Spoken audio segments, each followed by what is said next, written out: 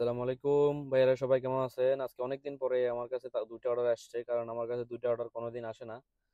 সব সময় একটা একটা অর্ডারই আসে। আজকে দেখলাম দুইটা অর্ডার, তো একটা অর্ডার একেবারে কাছাকাছি আর একটা অর্ডার হচ্ছে একটু দূরে।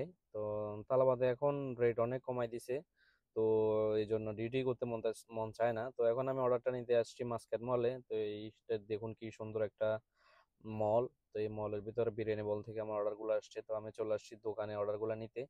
দোকানদার ভাইয়াকে বললাম অর্ডারগুলোর নাম্বার, তো উনিও তাড়াতাড়ি রেডি করে দিয়ে দিল। আর এই অর্ডারগুলো আগে থেকে রেডি ছিল, তো আমিও ফটাফট এগুলো পিক আপ করে নিচ্ছি। তো পিক আপ করে নেওয়ার পরে আমি চলে যাব কাস্টমারের লোকেশনে, কারণ একটু তাড়াতাড়ি না যাইলে আবার এখানে লেটের জন্য একটা ফাইন আসে।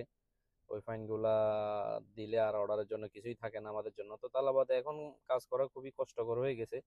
তো আপনারা কে কে তালাবাদে কাজ করেন অবশ্যই একটু জানাবেন, কারণ পরিচিত হওয়াটাই ভালো। এই অর্ডারগুলো নিয়ে আমি এখন চলে যাব গাড়িতে। তো গাড়িতে নিয়ে আমি এগুলো ডেলিভার করার জন্য যাব।